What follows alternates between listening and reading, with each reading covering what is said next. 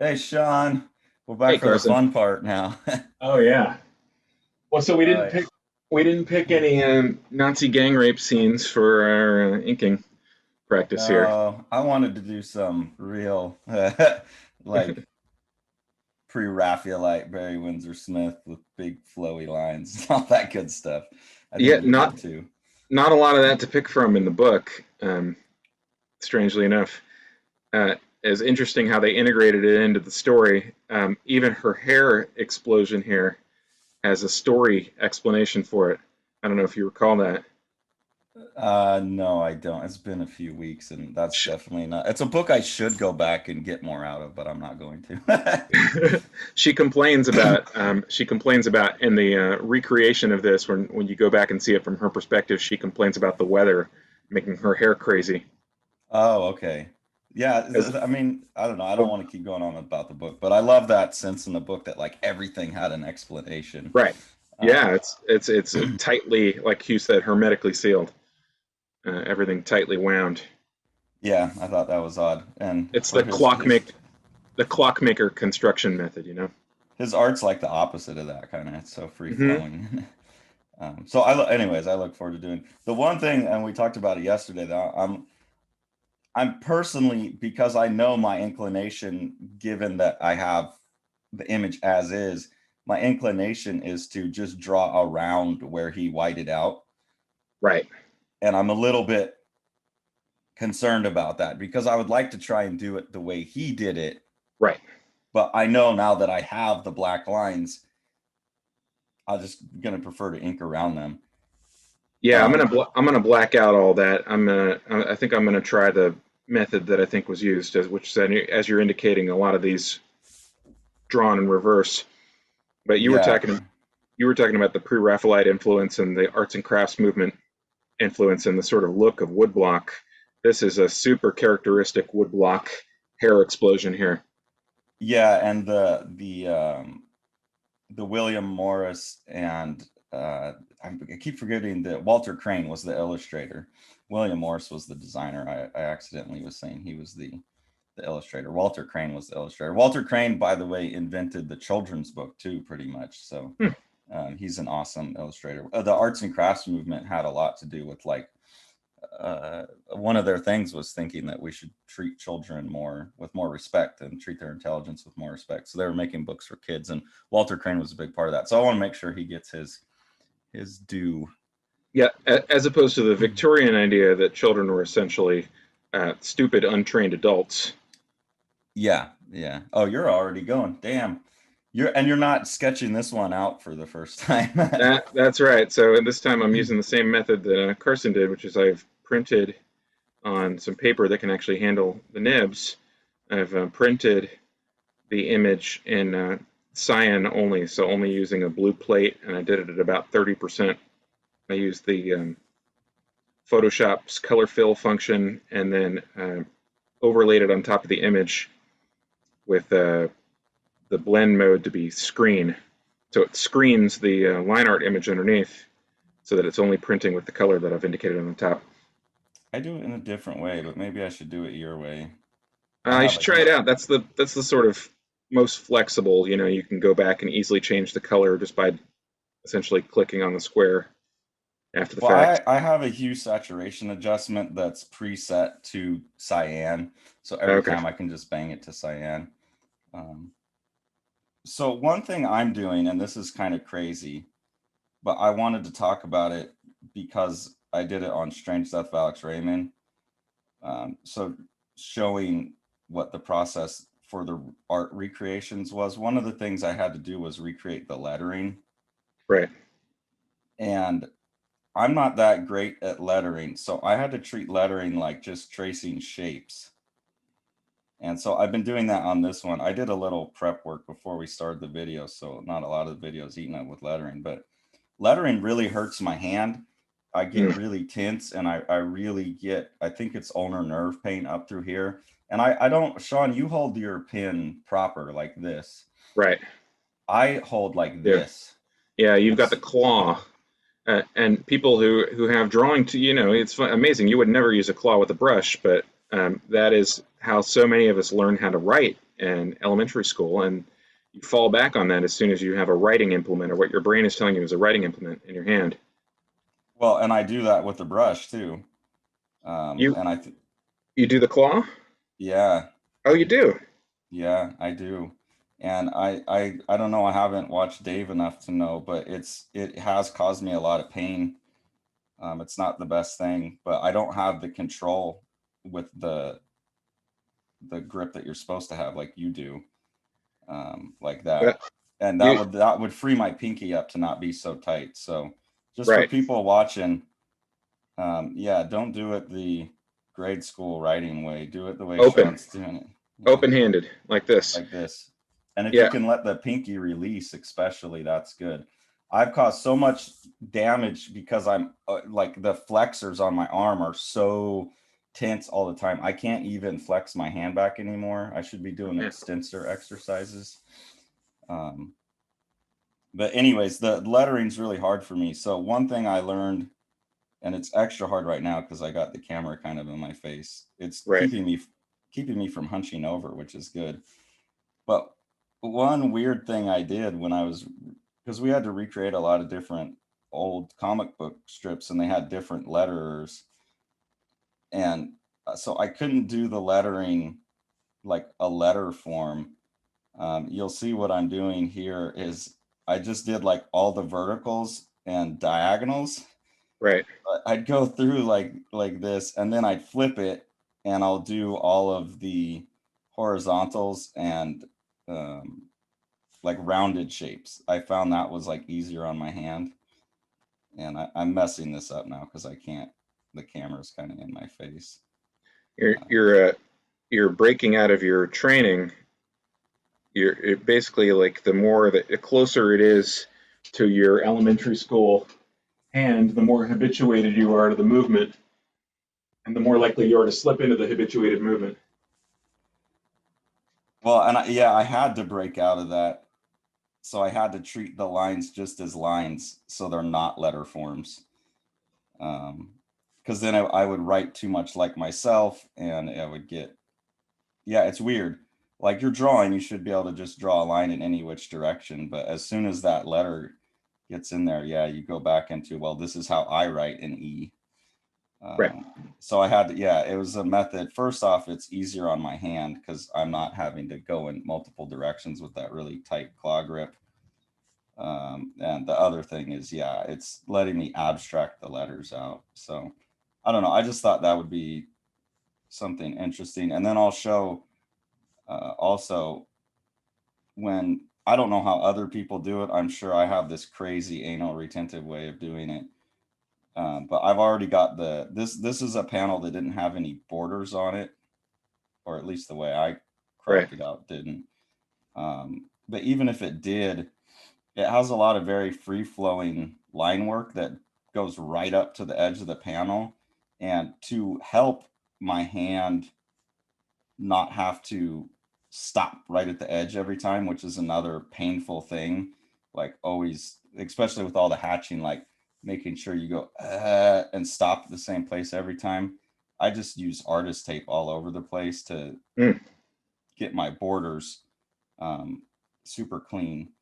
And I think part of that comes from, so you'll see I'll do it. I've already taped off these word balloons because I already lettered them. Um, so I have a method for taping off inside the square that I'll show. But I think part of that comes from my inclination as someone who spent 10, 15 years away from comics doing like painting and stuff that's meant for a gallery. Right. I don't, it took me a while on Strange Death to get back. It took till what would have been volume 2 if we would have kept publishing it in volumes. It took me until then to start going back into the comic book mindset of like, it's for a printed page. Yeah, the original doesn't matter. Yeah, like like in volume 1, I was like drawing what could have been statted images because I wanted a thing that I could hang on the wall that had all 9 panels that looked exactly the same hand drawn. So one thing here you'll see I'm taping inside of a square instead of outside it, which gets difficult. I just stretch a long piece of tape across it and then put my thumbnail right on the corner and tear away from the corner, and then I can tape off a square. And that's like a stupid simple thing, but as an instructor, I find a lot of my students, if they had to tape off the inside of a square, they're totally baffled as to how you do it. Hmm. So anytime someone hasn't done something before, it may be difficult. So I just figured I'd leave this one and show. But this tendency to like tape off the whole thing allows me to be wild with the inks, because he's a pretty wild inker. Hmm. He's not super controlled, right? Yeah, And no, in terms of the actual mark making, no. He's got this. I mean, these are fast lines. We've talked about this a couple times, but fast lines versus slow lines. These are not lines that are made, um, you know, at a snail's pace. Specifically, the sort of hatching stuff, and depending on the texture, he's trying yeah. to evoke. What are you using that? This is a Hunt 100, or Hunt 100 pen, which is what I was talking about last video that we did, which is basically a substitution for me for a 102. People who use a 102, I've found, you've got to press really, really hard. You got to put a lot of pressure in order to get the fine to thick taper line, whereas a 100 basically feels like a 102 that has already been broken in, or Okay, specifically that's about to break. that's why I want to know if you were still using the 100. I'm going to use the 102 because that's what I've got for the thinner stuff. And then I just tried it. I have that Gillette 404. Hmm. I don't think I used it last time. But to me, that seems like it gets a bit of a thicker line. So I think on the thicker, flowier stuff, I just tried it on the eyebrow, and man, it leaves a big old puddle of ink though. So I'm a little scared about. I'm a little scared about that, because another thing, by not holding my pen the right way, I do wind up relying on having my hand on the board a lot. Right. So when it comes to images where you're doing it with the pen, and the pen leaves big blobs of ink, again, one of the reasons I prefer a brush is the ink dries real quick, and then I can just keep drawing without worrying about smudging my hand through the ink. I'm gonna have to be more careful, because this eyebrow now is gonna be wet for like 10 minutes. Yeah, you got to be a lot more strategic in terms of where you're working on the page. And you guys have seen from Carson inking with a brush, he has a tendency to sort of flit around the page, um, which can be problematic when everything is staying wet for 5 to 10 minutes. Um, Yeah. we were talking about the claw.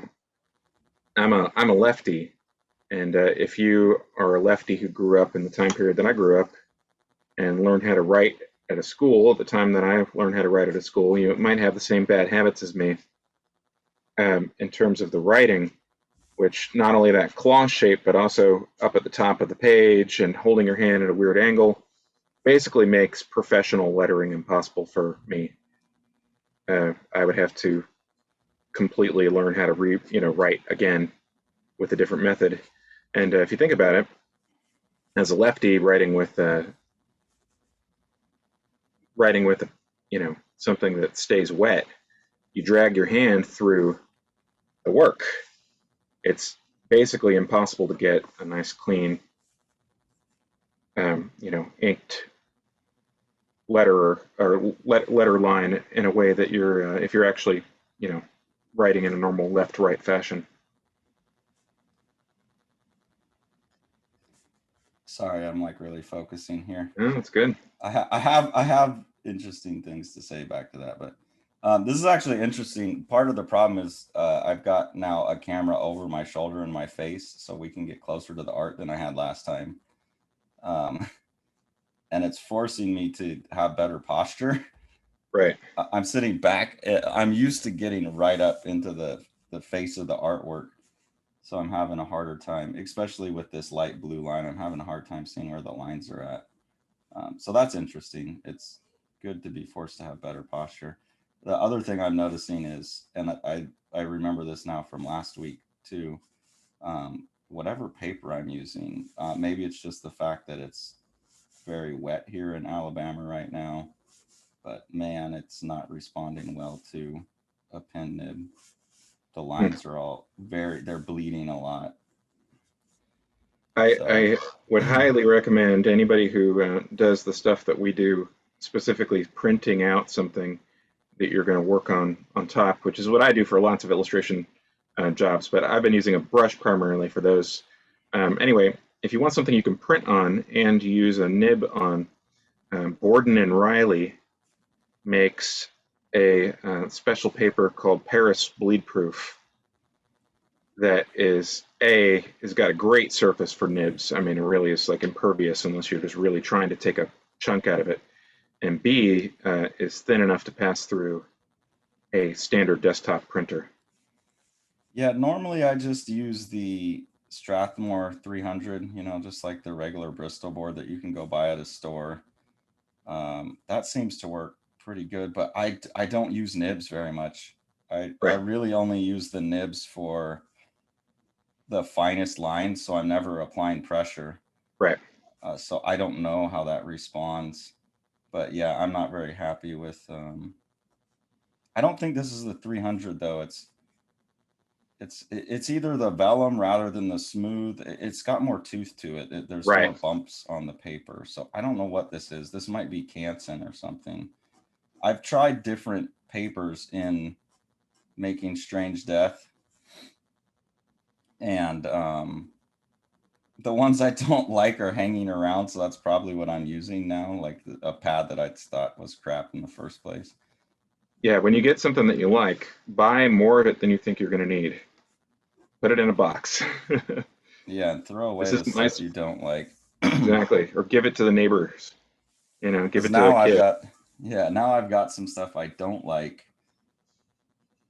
So these lines, these cross contour lines on the hand, I'm having to turn it around. This is a lefty inking a righty's, imitating a righty's lines issue. So you can tell he's a righty. Yep. From those, I wasn't having an issue until we hit the hand here, and those are righty lines. The ones that are turning to the side and have a special bit of taper would be very, very difficult to pull off with a normally produced ink line in a normal orientation if you're a lefty. It's interesting though, because you keep coming back to this, like you only flick out. I've always gone both ways. And I don't know why I make the choice I make. It might just have to do with the directionality of it. I mean, you see, I am turning the paper. Hmm. But I will, I've been thinking about this, trying to figure it out a little bit better.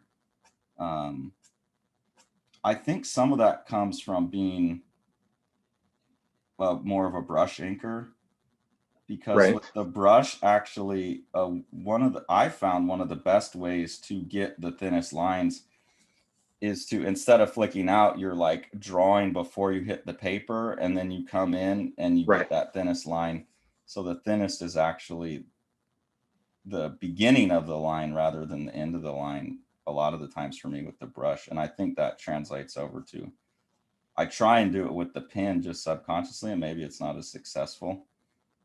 I don't know.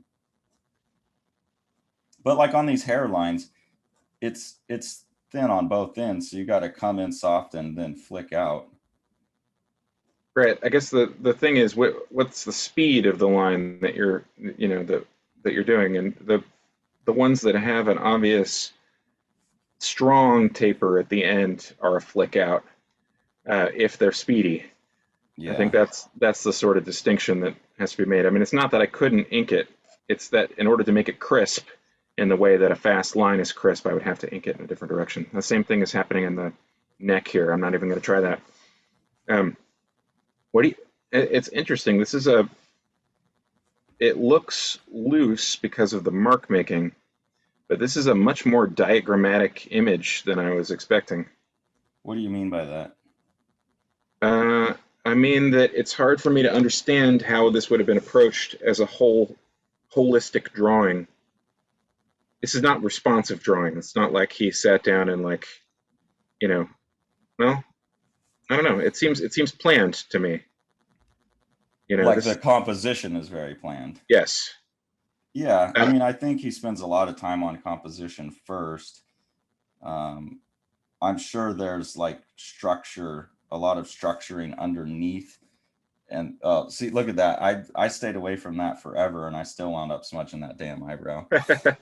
Luckily, he uses a lot of whiteout, so right. um, notice that I'm now being more careful.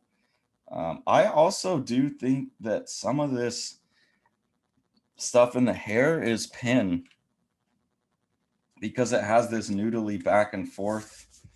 Like, I wonder if up here he's just Hmm. using a micron. Like, to me, this feels better. Let me go grab one, and I'm also going to grab a brush, and I'm going to fill in the things that seem obviously black to me. I'll be right back. Yeah. But some of this, I have a 808. I'm gonna grab an 05. But some of this stuff feels like it could be a tech pin. If you use a tech pin right, if you have a thicker one and you have control of the pressure that you draw with, you can get line weight changes out of a tech pin. So this has like this back and forth noodly feeling, and this is why I was tempted to use the Gillette 404 because it's a pin that you can flow around with, whereas the 102, and we've talked about this, the Hunt 102, you can't really scribble back and forth like that. It will flick. Um, the Gillette 404, you can do that. But yeah, these lines to me, like now that I'm drawing them with the tech pin, you wouldn't think so, but it feels better. And it looks more like what I'm thinking the art must have looked like.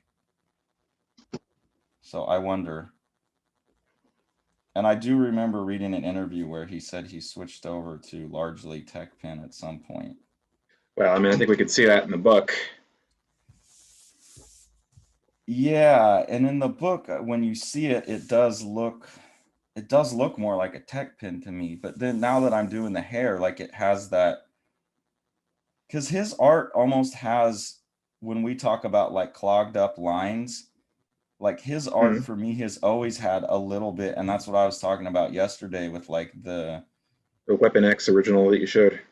yeah, and the pre-Raphaelite stuff and looking at the wood blocks and the degraded wood blocks. I think he's always intentionally had some of those thicker, more clogged lines because it's mimicking that stuff that he obviously, I mean, he did what, the Gore Blimey, wasn't that his? Hmm. And that was uh very much like that old arts and crafts where he was doing prints and it all had that floral stuff. So I mean, he obviously takes influence from that, and I think he's purposely imitating that slightly clogged style and then has learned how to make it beautiful. But So that's where you right. don't see it as clogged, it just looks right. Normally you're like, ugh, that's clogged. But Well, part of it is the balance. I mean, the balance of value across the page. Having the lines closer together makes those sections of hatching darker in balance. But if you're offsetting it with areas of light or pure white and also pure black, you're kind of anchoring it. I think that that's a neat visual solution. Yeah, I was looking at this and just trying to think what would have been done totally in black. And like the leaves, like would you outline those beforehand? I mean, probably not. that's He's a what I just confident came to guy. this.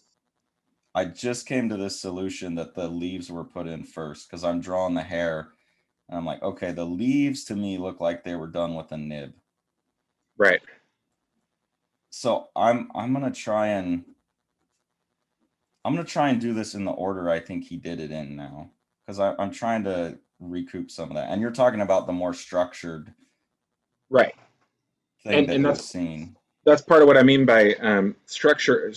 Anytime you're changing tools, you are changing your inking process into a more diagrammatic process versus a more drawing responsive process, in my estimation. Like this is where I do this, this is where I do that. Yeah, there's an order. And looking at the leaves now, I'm thinking he did outline them in a pen. Specifically, this one down here over the boy's shoulder, Elias's shoulder. There's a line that seems to come out of the black to cross and make the dissection, the bifurcation of the leaf. I think there's a couple leaves like down in here that were put in later, like with whiteout. Like I think Okay. maybe this thing on his the back of his head was put in with whiteout. It's hard to tell. But this one has some of that, like in the print, I can see there's some dots that Right. to me show that the whiteout picked up. Yeah, or he did that with the brush or something. But I think the big leaves were done kind of first in pen. So it's hard to tell because he obviously is using whiteout, and then how that fits into the process and what happens afterwards. I think he has like such a strong starting point in the diagram that you're talking about, but then he also leaves himself room for improvisation. Right. And that's a really it makes for really beautiful art. It's very hard then to come To in and like, copy. yeah, Reverse engineer, yeah. Because yeah, you're right. Because if you're using whiteout at the end stage to add texture or correct value relationships or something like that, you're allowing an extra responsive step that can sort of compensate for, you know, the the more like pre-planned. Okay, I'm using the brush down here to fill in a bunch of black, and then I'm using the these to be textured out. Yeah, yeah, and I mean it sucks to do it, but you can draw over the whiteout. I hate doing it. I don't.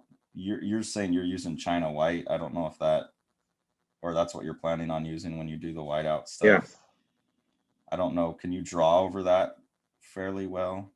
yeah. If you get a smooth enough application, um, Like the bleed proof stuff I'm using, I hate it's that. definitely not bleed proof and it's hard to draw over. You definitely can't draw over it with a tech pen. It will clog the pen up. Right. You can draw It's over it. It's it'll pretty slick for a brush. yeah, and it'll flake if you dig in, right? Yeah, it's hard to go over it with a pen too, like a nib pen for sure.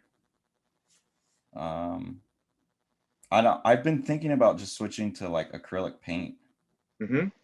for my whiteout, honestly, because then you could draw over it a little bit better. I think. I don't know. I haven't tried it yet. I think some Uh, of these leaves too, like he drew the shape of the leaf, and then maybe the stem got like the stem was put in with some whiteout. okay. I've noticed some of the little black or the sorry the little white areas in the black really do seem like backstrokes to the brush. Um, like a consequence of using the brush and imperfectly overlapping brush strokes to create the black. It's a nice little area, like livens up it makes the large chunk of black at the bottom here not so dead looking. Yeah, and that's having spent so much time doing like recreation stuff. I was always interested in or like kind of having to choose how much of that should I purposely try and get exactly the way he did it. Right. Like right here there's a little bit of like white showing, so do I outline and color around that to perfectly preserve like like okay, this should Right. look as close to whoever I'm copying as possible, or should I Or what? just the spirit of it? Yeah. Right. Exactly. Or are you going to try to get the spirit of it, which means lighter handling? And that's what I'm And trying to do here. we talk about that a lot. I think for Barry Windsor-Smith it's got to be a spirit of it thing. You can't be too like I can tell I'm drawing faster Hmm. than I have I'm drawing faster than I did on the Jim Lee one. Like Right. I'm not trying to match the lines so perfectly. Um, because of that, I'm losing a bit of, yeah, see, I think these leaves down here were white out. Okay. I don't know why, You see, or like at least, the very bottom one that you're about to get to has a line. The line that bisects the leaf goes into the black in a way that suggests that was drawn before the black went in. to me anyway. Yeah, that one I think looks like a pin, but these look like maybe whiteout, just or at least like this was drawn on and then the white was put on the stem. I don't know. It's hard to tell. This for some reason looks drawn to me, Hmm. drawn around. It's weird how we develop those. Like, okay, that one. I think it has to do with the crispness of the edge. Hmm. Well, and it's interesting. So if you're planning to have a shape uh, white on black, there's actually a little bit of a strategy that you need to employ when you're inking it, because you actually might want to have your contour line, your outside part, be wider out than you would normally, because it's going to get swallowed up by the black that you're going to put in. Um, so I mean, I think if these were all penned in, he certainly knew he was doing black. I mean, they look the right size. They don't look like they're truncated or, you know. You follow what I'm saying by that? I don't know if that's a clear Just way to to give describe it. yourself, see, now this one's totally, it's that had to be whiteout. He's like scratching it in with the whiteout almost. Right. You can see the back and forth on it. Can you see this one down underneath him where it's like he drew it with a pen in Oh, whiteout? I don't have that one in my Oh, scan. you didn't go all the way down. Okay. Now I'm working a little larger than you, I think. Okay. Um, yeah, so I think the leaves must have gone in first for the most part. If we're talking about like how he approached the image, then my guess is the kid must have been next, Yeah. or like her face and hand. But I think the hatching would have gone in afterwards, like all of the cross hatching on her face to create value. My assumption is always that you put that in later where you're like, I need some more value there. Hmm. So I think we would have got her face. I'm just doing it from the practical also, like, okay, I'm going to put this ink up here Right. and let it dry. Do you think that the the boy at the bottom, young Elias, had a contour line around him? Yeah, I feel like he was probably just drawn in, like before all the black went in. Hmm. Like the contour line stayed in pencil? I don't know. No, because there's points here where you can see that as he brushed in the black, it has a really thick contour line actually. Because you can see like right here, he had the thick contour line. Oh, it's broken up by the black application. Yeah. Huh. Yeah, and then the black. So I think he actually did this was really thick. I think this looked like this. Okay. So I'll try and redo that, what I think that might have Yeah. looked like, at the risk of having wet ink all over the place. Because I do see evidence of like where when he was putting in the black, then it didn't get right up on the line. There was a really big, and Right. he's not afraid of big, and that was something I was lamenting is some of his big thick line work that he does very beautifully. It's obviously in this drawing, but in a lot of his drawings, it's there, but it like gets eaten up by the fine stuff, Right. The value. or in this case, the blacks, which is fine. It's a beautiful image. But he really does do big, thick lines. He's actually,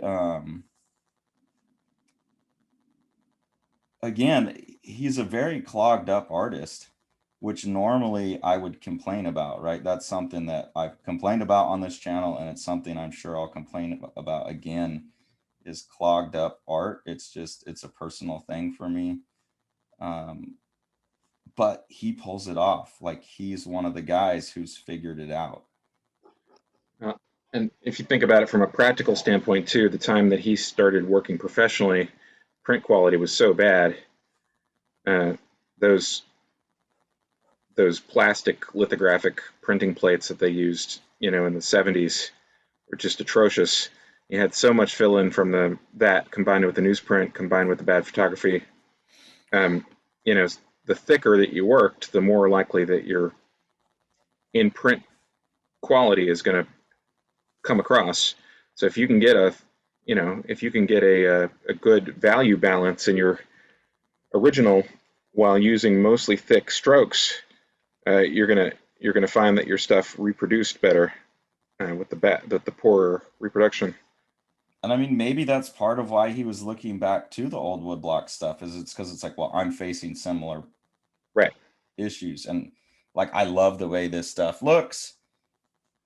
So how did they make, why do I still like it, even though it has all these things that from like a, a really, I don't know, I'm a very like technician, analytical, probably because I teach, I've had to overthink these things Right. a little bit, and that shows up in a lot of the way I respond to stuff, which sucks because I can't just enjoy stuff now. It's like that one we looked at yesterday where you saw it for the emotional resonance that he was trying to create Right. on that doorway, and all I saw was like, why the hell would you do that with your perspective lines? Right. um and that I apologize, because I'm sure, I don't know, maybe it will make the channel interesting, maybe it makes it kind of tedious and obnoxious, but that comes from, like, I get paid, I spend 12 hours a day some days just looking at students and trying to get them out of bad habits. Right. There's some artists who will take things that you would tell a beginner not to do, and they make it work. Right. And he's someone. So another thing he does is like and this is another thing I mean by clogged up. His lines tend to get thick where they come together. Usually, for a graceful image, you want your lines to get thinner where they come together, or even not touch. A lot of artists go back in, and a lot of students go back in, and they'll like fill in, like right here where the finger touches, they'll make it thicker, and they glue everything together. He's doing it with the hair right here too. And normally that makes an image look, I call it gummed Ungraceful. up. Yeah, it looks like, the way I explain it to students is, hey, that looks like there's a crack in the pavement, and then someone came back and like filled it in with tar. They Right. didn't repave the whole thing, they just filled it in with tar. But he's figured out, and we talked about this too, he was the guy I mentioned that does this.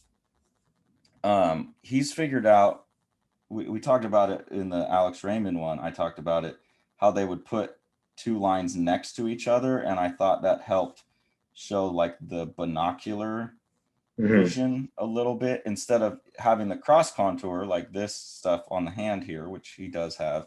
You also have like two or three contours piled next to each other, and that makes the edge look like it's receding around the side.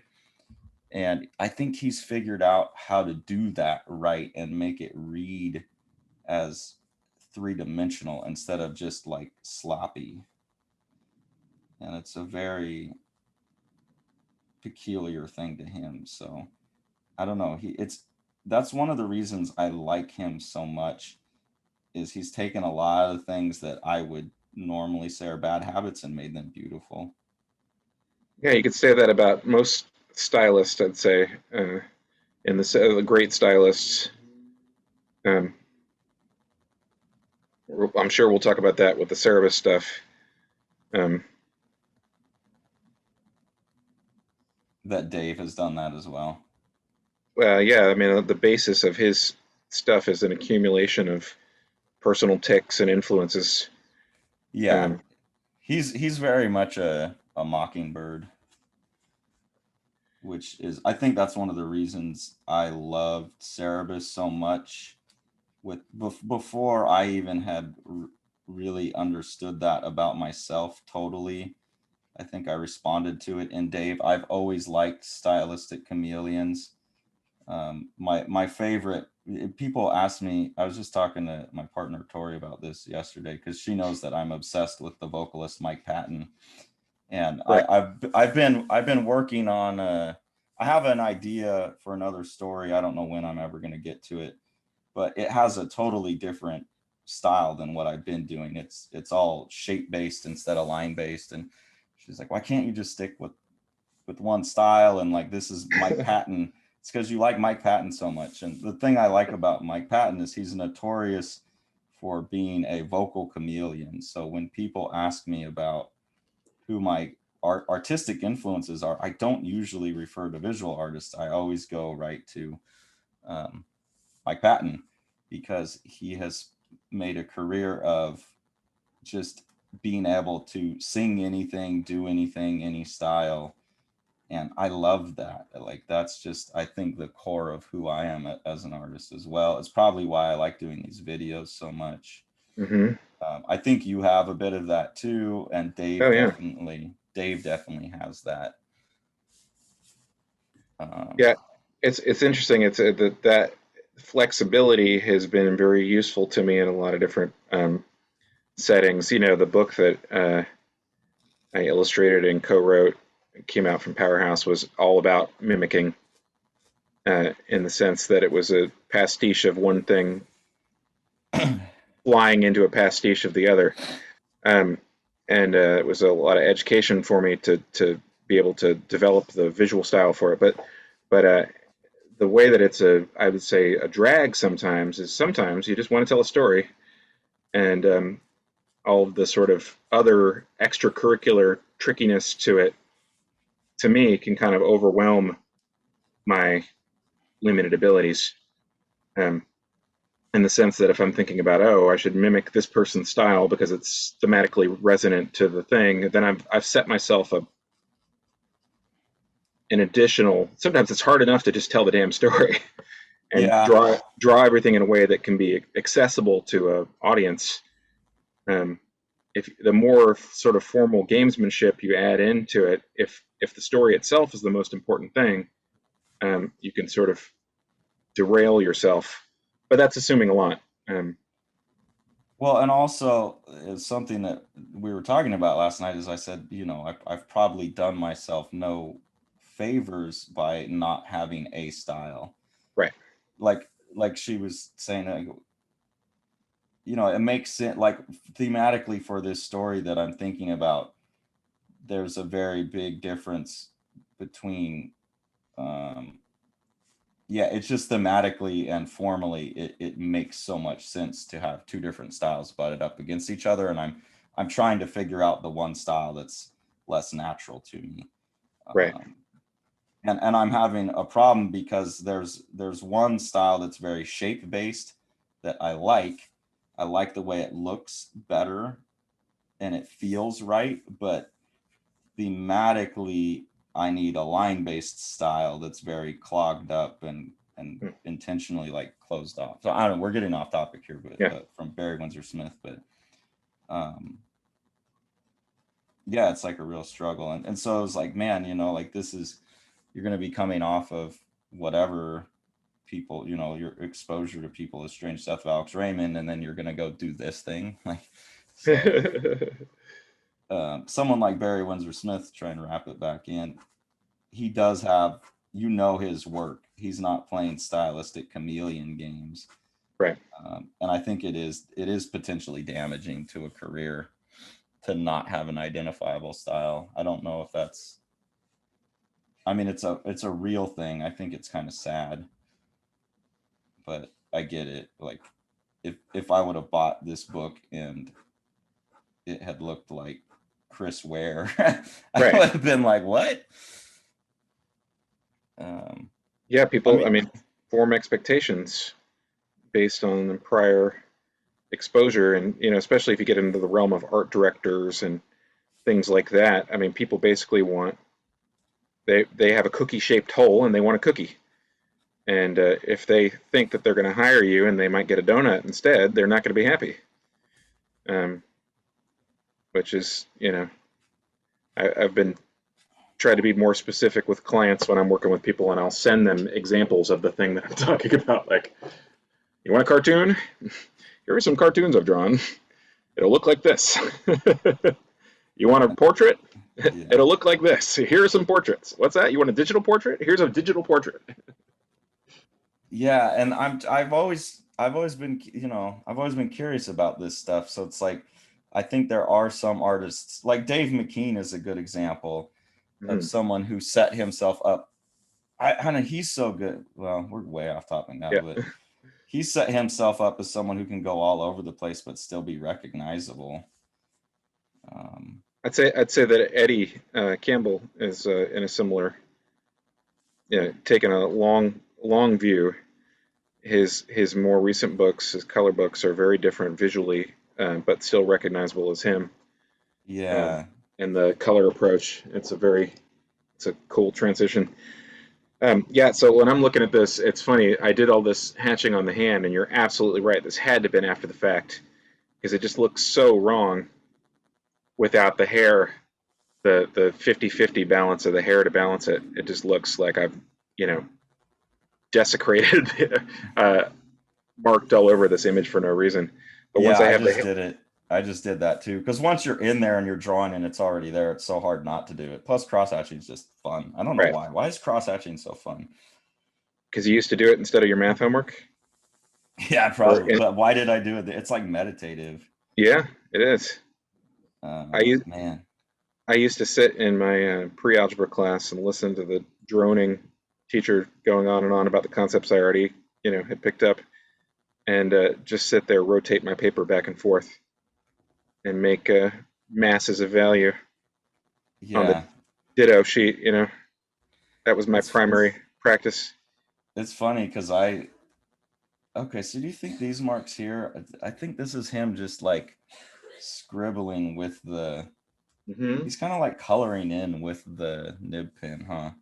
Yeah, there's a lot of Kind of just. scrubbing. Yeah, but see, I'm like, what kind of paper are you working on that doesn't just then clog the pen up? That's so curious to me. Oh, it's got like a plate surface, I think, coated. I don't know, coated plate. And these really thick. See, this is what I love about Barry Windsor-Smith. I'm doing now. I'm going back to as we start talking about something I think is interesting, then you'll see me start wandering and noodling, and and then now I'm like, okay, back to the task of this is how I think it was made. I think he Yeah, puts in these big, thick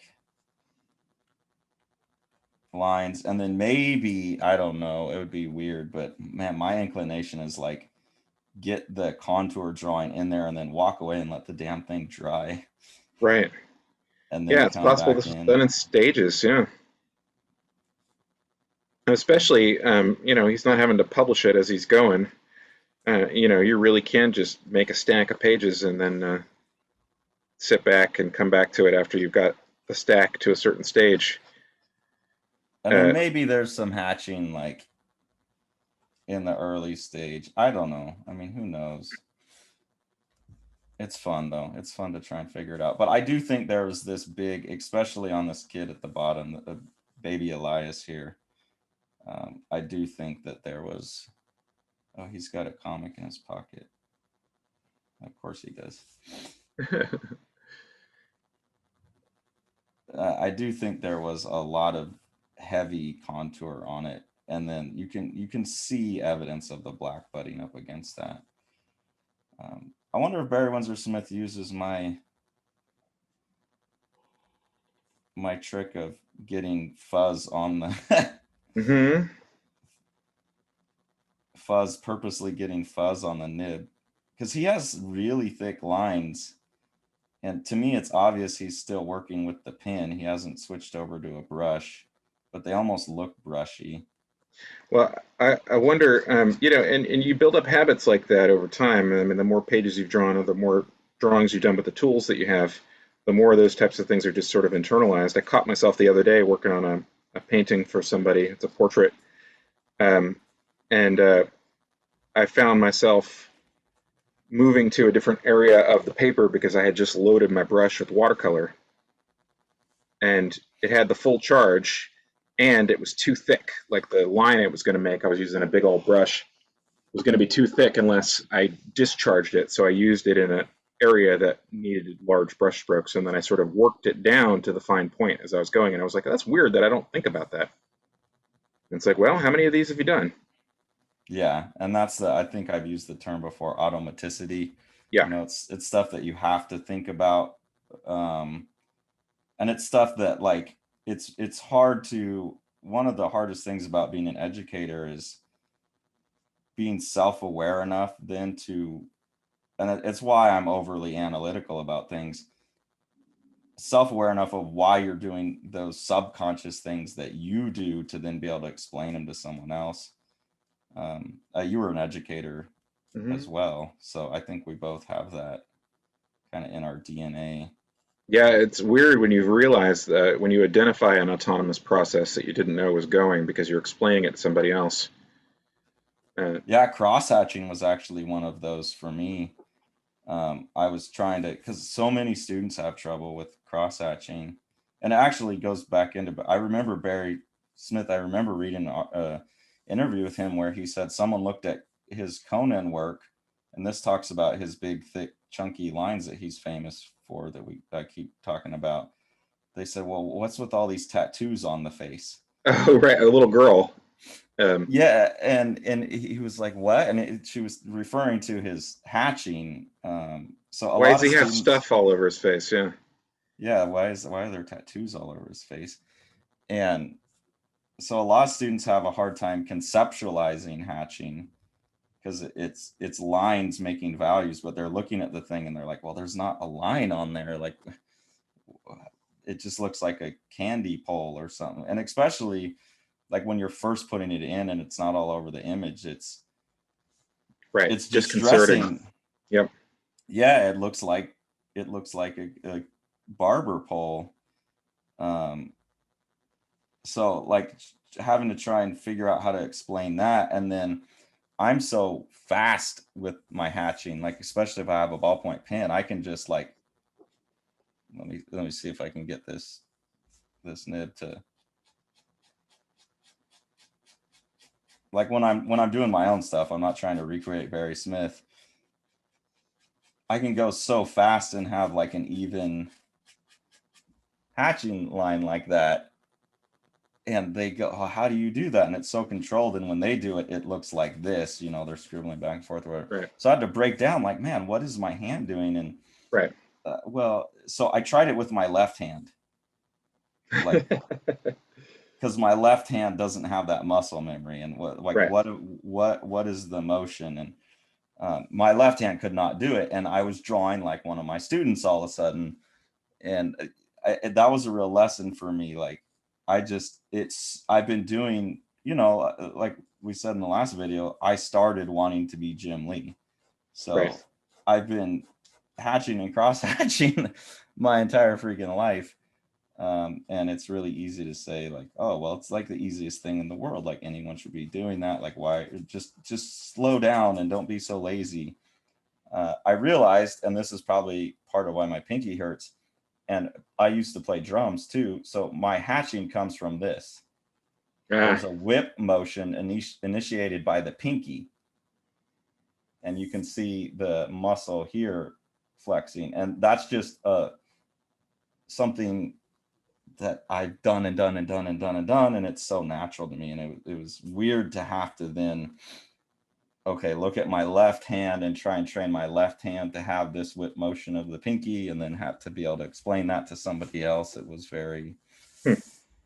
It was a very illuminating experience trying to break down, okay, the physical mechanism of cross hatching. And I used to tell when I started teaching, I would say there's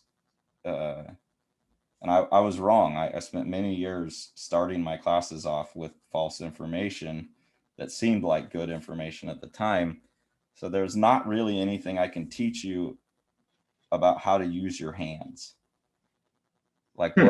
we're all good at using our hands. We use our hands all day to use phones and all kinds of stuff. And I feel like people come into drawing class and they say, well, you're going to teach me a bunch of magic tricks. And I still generally think this way, but not as strictly.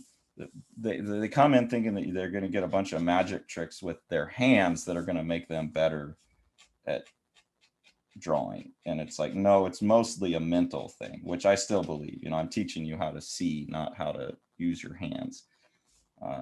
But I did realize in that moment that I was overemphasizing that there was nothing. There was only like Right. 2 or 3 things I could teach you with your hands. There is some stuff I need to teach people about how to use their hands that I was overlooking. Um, and so I that, yeah, that was very instructive. I got it in my head for a while that I needed to help people escape the claw. In the same way that if you teach people how to sing, you you lament the state of the world when you hear people's speaking voices, because you realize that everybody's ruining their voice forever by the way that they bottom out at the end of a sentence or whatever. Oh, like Um, vocal fry. yeah, specifically vocal fry, which contrary to the idea that this is some type of sexist plot against young women, is very common for men as well. Anyway, I got kind of bee in my bonnet about the claw hand position for a while, and mightily offended some uh, you know accomplished artists of my acquaintance by Because you pointing were, by pointing out that they were hurting themselves by the way that they're drawing. yeah, but I mean, you really are hurting yourself. I can't not do it now. I don't think Hmm. I've been actually actively trying to draw like you're seeing me. I'm trying not to do this. And it's easier on his stuff. Like I have my hand more open now because his stuff is looser. But yeah, to do that Strange Death of Alex Raymond type of stuff, I don't know how to do that. Like it's too controlled. I don't know how to do it without the claw. Right. Those teeny tiny brush lines, that's a lot of how I was accomplishing it rather than that whole, trick that's in the book. I never really used that, honestly. I just had such tight control and I was able to rock the brush back away from the page and levitate it above the page with so much control that I could get those tiny lines. But there's no way Raymond was doing that. That it would have destroyed his hand way earlier in his career. And I wonder if that's some of what Dave ran into as well. I don't know if he Right. has. I don't know what his hand posture is, but Well, now. I mean, it's so much compensated for by he's trying to compensate for his injury. Producing artwork now. Um, he's drawing specific. at the end of his. He's drawing with his whole arm extended now, right? Yeah, because that's the only part that works. I mean, his wrist doesn't work, so he's completely changed his grip and he's completely changed his arm position, and he's doing it more like a painter, from a, not like a realist, like a photorealist, like working an inch at a time, but like a portrait painter working far back from a canvas. Yeah, which is amazing because I've tried that and like it's such a different type of control. So for him at his age to like redo his Hmm. entire grip and immediately be successful with it is really impressive. I don't know if he thinks he's successful with it. I think that it's probably a drag to have attained the heights that he did and then be back down, in his own estimation. But yeah, I mean, people see things in different ways. I think that he sees a jitter to a line or something like that, and that's more distressing to him than it might be to somebody else who's seeing the image holistically. Yeah, we do tend to look at every line as a success or a failure. Right. Which Um, is which is not a particularly productive way to make images, I think. Um, no, but it's hard not to. So we were good. here's something that I've learned from being a brush inker that I never would have done with the pen earlier is actually rotating the pen, and because like those triangles that we can get with or the rectangles we can get with the brush, you can flatten the pen out too and get these big thick strokes like that Hmm. by putting the pen more flat. And I do think Barry Windsor-Smith does some of that too, because he does get very Yeah. big strokes that I'm assuming are happening. I don't think he's going back in with the brush No. and doing these. I do think maybe he was using my get some fuzz in it because there's some lines that are working really well with my pick up some paper fiber. So in one of the, I guess we should always assume people haven't watched our other videos. In one of the other videos, I was saying a really, I think, bad habit I got into as a kid working with a 102, you know, trying to learn how to do comics, is I would let the paper, I noticed that the paper gets into the nib and then I can't get fine lines anymore, but it almost worked like having, because another way I used to fill in the blacks, I don't know if you ever did this, Sean, but I heard pros talk about it, was you get a Q-tip. Like if you don't have a brush, a cheap way to do it is just to get a Q-tip and fill in the blacks instead of wasting your like Winsor Newton Series 7 #2, just filling in blacks, just get a Q-tip. Well, So you can that's kind of make a Q-tip by picking up a bunch of paper fiber on the end of your pen nib, and then you can, I'll do it like here's a big wet area. It also helps the big wet blobs dry out because you pick up some ink right. from them, and then I can fill in this whole black area with the pen and it's almost like having a Sharpie or something, and I just keep that paper fiber in there and color in. And so I wonder if he's doing that, because I do see some really big chunky marks that looks like he's drawing more with a Sharpie. Yeah, those the side marks that you were talking about. That's why I was wondering if he was using a calligraphic nib at some point, because there are a few. It's a fairly characteristic mark of his that you don't see it in every image, but he has a certain kind of. There's a few here. Like look at this, the lip, or this eyebrow line. Yeah, I'm not saying you can't do that with a nib pen. It just has a certain angularity to it that suggests like a triangle shaped tip. I'm not saying that's the only way to do it, but Yeah, that's why I'm getting into this. Like, okay, was he like rocking the, right. like that mark there, this rectangular marks that do Mm-hmm. look more. Yeah, I'm gonna do it like I did when I was 14. Great. It's going well for the hair, for me anyway. At the bottom, this is what I'm talking about diagrammatic though. The approach. Look at the mark making on the top of the head is completely different from the mark making on the hair down at the bottom.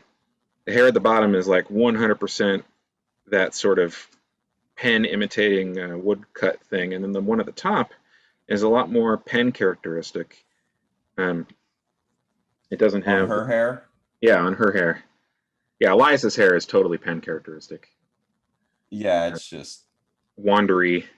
yeah, well, it's a lot. Actually, I was going to switch over to the tech pin for his hair because it's very stipply.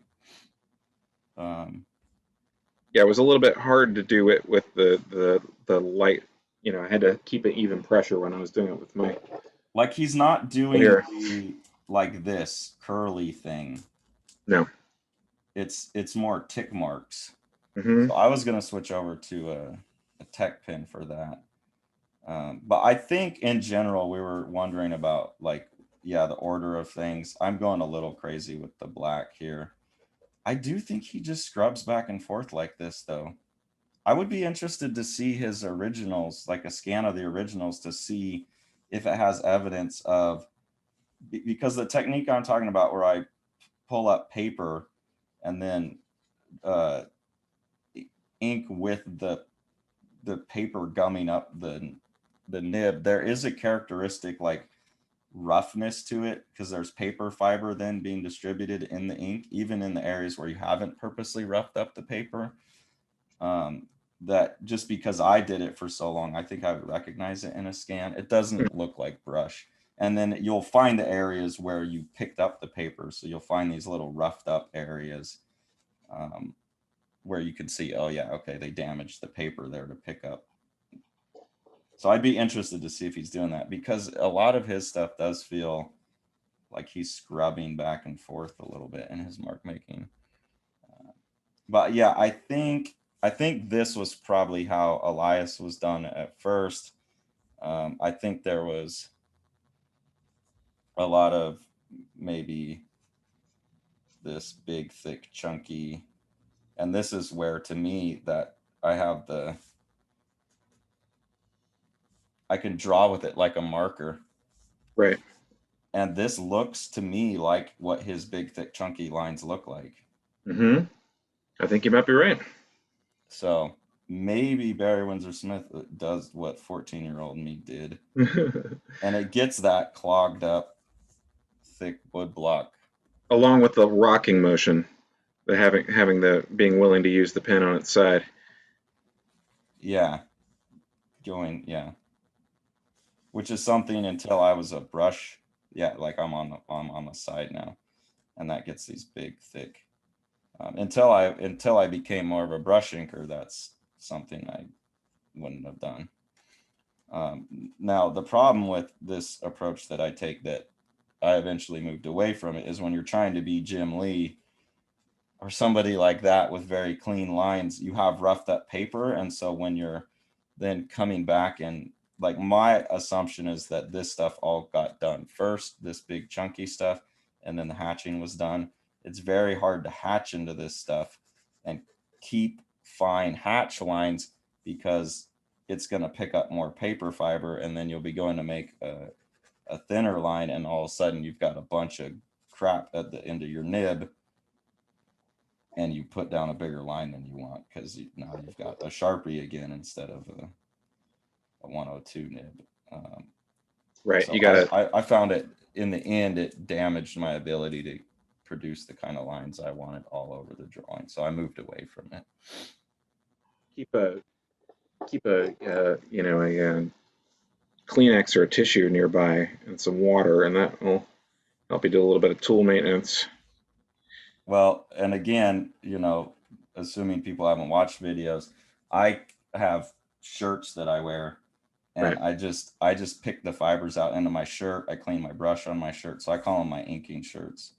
Um, Tori hates it because I look like a total mess. Obviously, it's amazing I can keep a woman in my life. Some of the way I look when I'm making art is like a total hobo, like a hobo who has murdered an ink factory. Whenever somebody tells you they're a cartoonist, examine their fingernails. Yeah, a little bit. But that's part of the reason I wear the shirt is so I'm not picking the stuff out in my fingernails. I'll do it on camera. I'll grab the shirt like this and then pick it out. It probably gets some shirt fiber, but I wind up more with the ink on my finger. But yeah, you'll know, you'll see it in the fingers for sure. This is a lot of fun though. I'm really Yeah. enjoying because I've never made I, marks like the hair. I've never made marks like these ones I'm making with the pen right now, where I'm turning it flat on its side. It Hmm. was something that when I was looking at this and thinking about recreating it, it's something I've seen a few times here and there. Someone else I really want to talk about is Sergio Topi. Oh yeah. I have a bunch of his books, and he's someone that he's just at the peak of the mountain. So I would love to sit around trying to do a terrible job recreating his art. Um, but I see a lot of that in his work too, like real master of the pen. Yeah, he's down in the black here. He's just scratching away. You can see where Hmm. I don't think he uses a brush at all. You think 100% pen for this image? Yeah, That's I wild. think I think he's I think he because of all of what's going on here and the scratchiness in some of the blacks, this is my guess. He's picking up the fibers. So I'm going to do it this way. All right. I'm not going to use my brush today. All right. Because you see how quick I can do this? It's almost Yeah. faster than with the brush. And why switch the tool? And it's actually letting me get some of those characteristic big, thick, chunky, scratchy Barry Windsor-Smith lines. Like once I'm cutting loose. Yeah. The movement. I'm definitely finding that the speed is really helping actually get. Yeah, I think you're right. I think the rocking motion of the pen, having it on the side like that, is part of what we're seeing. I was just assuming it was like a lettering pen or something, and then he touched up the hatching with a different one. But No, I'm pretty sure it's just, yeah, rocking it onto its side. And I do think he's going fast enough and noodling enough and just letting the pen do its thing. And I think that's what I was saying. He obviously has mastered that, like, in a Zen sense, become one with the tool enough that he can kind of predict the unpredictability or use it to his advantage, which makes for really beautiful art. Um, and when he switches over, some of the stuff I think we didn't like in the book where it looks more like tech pen, I right, think the tech pen's too predictable, and so he's not writing any chaos, and some of what to me is most beautiful about his art goes away when you take away that ride of the chaos. And that's another reason to look at Sergio Topi. Is I think more than anyone else, he is like the master of well, someone else I want to look at is Alberto Breccia. I I don't don't know know if him. you've seen. Do you No, know his work? I don't. Oh man, he's some of his stuff gets too chaotic. Like, it's like, okay, I'm gonna take a burlap sack and just drag it around on a page. Um, but yeah, really impressive ride of the chaos.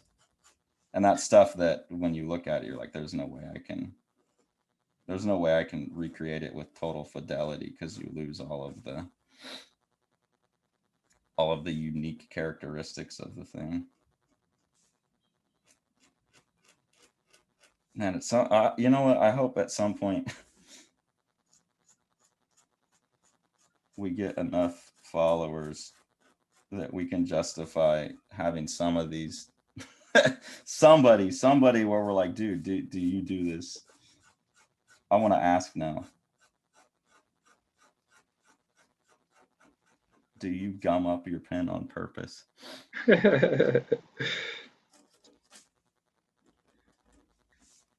It's so fun to draw faster like this, though. Mhm.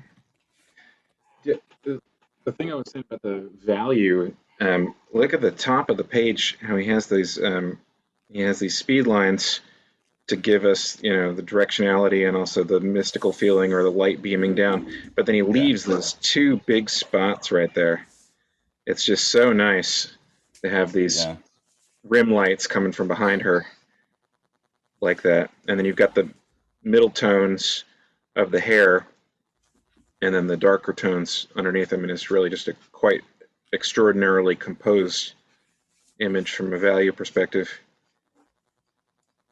yeah. And that's why I think that there had to. I mean, I'm not saying people just can't have a sense of that right out the gate and kind of control it the whole way through, but that's where I think some of the improvisational stuff comes from, or leads to. Why I think there's improvisation there, because you build up, and this is something you have tended to point out more, like by starting with the brush, you build up the big values first, Right, and then hatch and hatch and hatch your way in. right. I wouldn't be surprised if there was like contour drawing, and then my trick's not working now. There we go. Um, yeah, some of the blacks blocked in. Then the hair. Obviously I'm scared of the hair. Oh, you're going crazy on the hair. Yeah, I've got most of the hair in a serviceable state, although it doesn't necessarily look like his. I think he's just more confident. I think that the motions are fairly similar. I just feel like I'm drawing around the white too much, but I'm Yeah, sorry, go ahead. trying to assess how that is done. I mean, I feel like I would just need to look at him. I don't know. It's just hard to tell because there is whiteout, and so it's hard to tell what was done with whiteout and what was not. Yeah, I wonder if he considers it as a corrective stage or whether it's a time for, like you said, more responsive work. What do I have here? What do I not have here? What am I missing? So I don't know why, but I feel like I need to do the hair with a number 8 micron. Like when you're thinking about his process and that diagrammatic, I want to jump up to the hair just since you're up in there. Hmm. I should point out that Carson is doing more of the image than I am. I've got it cut off at Elias's shoulders. So And the I've got down to his pants. right. Um, yeah, I don't know why. To me, this just because I can, like, if you get a big micron and you control, and this is one of the things I've always taught my students that you should be doing with your hands is just controlling pressure, and you got to do that with the brush or a nib pen too, is how hard you're pushing. But a tech pin with a felt tip has pressure variation. You can get line weight changes out of it, and it kind of looks like the nib pin experience. And there's not any super fine lines in there. And he does do that, like multiple lines stacked on top of each other, Hmm. No, like like certainly this does. like this type of thing right here. And to me, Hmm. that just looks like more easily done with a tech pin. It's something that I like definitely. Um, Jim Lee used a lot of those textures in his metal. That kind of like I'll just circle around. I think a lot of people pick that up from Barry Windsor-Smith. Circle the pin around, basically coloring it on black, but leaving little bits of white. And I just see more of that in the hair. I don't know, but that's my instinct is to switch over to a pin. Now that I've gotten a lot of the values in, it's clear to me that you were 100% correct about the contour line. I wasn't being thick enough and bold enough in the contour. And Yeah, really thick contour lines down here for sure. I bet this was even thicker because he uses like that rune picture I put up yesterday. He uses such thick lines, and it's that Weapon X stuff too. So thick, and it's so characteristic of him, and something I love so much. Yeah, for the hair, I just love being able to scrub back and forth right, like this. And again, something I would normally advise. Yeah, normally say go in one direction, but he's able to use it to his advantage. So it's interesting to he knows where to use it, he doesn't use it everywhere, but in the hair it works. right. It creates the curls. I wonder what the pencils looked like for this. Like, what is he indicating? Just the direction, and then this is spontaneous mark making on top of loosely penciled work. Um I do you have Opus, right? I have read it many times. I don't have a copy right now. I foolishly sold those at some point, and they're probably I think they're now like 800 or 900 bucks Jeez. to get a copy. Um, I had those when I was younger. I don't They have remember. some I sorry, go ahead. they have some color reproductions of unfinished pieces, right, where you can see some blue line or pencil and stuff like that.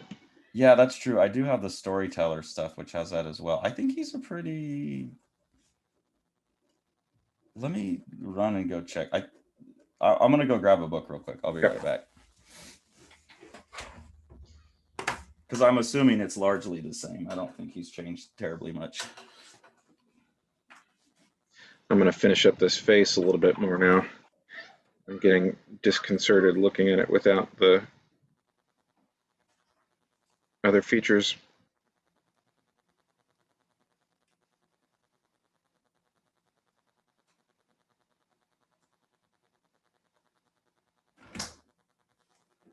Very interesting horizontal hatching on the bottom lip.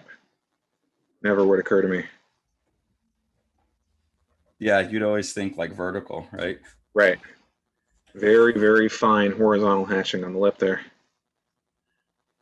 Okay, hold on a second here.